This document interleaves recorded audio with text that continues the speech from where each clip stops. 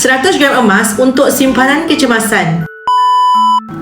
Apabila tuan-puan memiliki jonggok emas 100 gram yang bernilai sekitar RM63,000, emas ini sebenarnya boleh menjadi simpanan 12 bulan pendapatan bagi yang bergaji sekitar RM5,000 sebulan.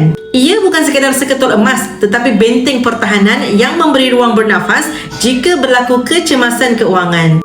Ramai yang sudah bekerja bertahun-tahun tetapi masih belum ada simpanan yang kukuh.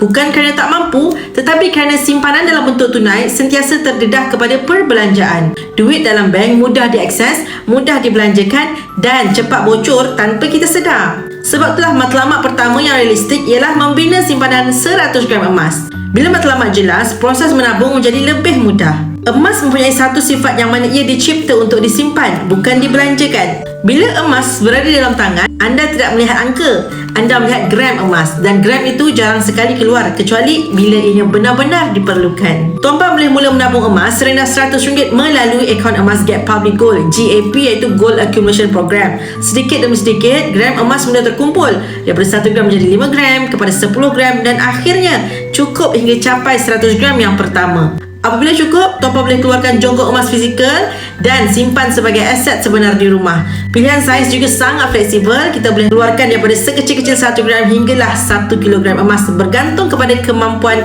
dan strategi keuangan masing-masing. Bagi tuan-puan yang berminat untuk memulakan simpanan dalam bentuk emas fizikal bersama Public Gold, tuan-puan boleh klik link di bio Safia Sofian, daftar akaun emas Gap secara percuma. Saya akan bimbing sebaiknya.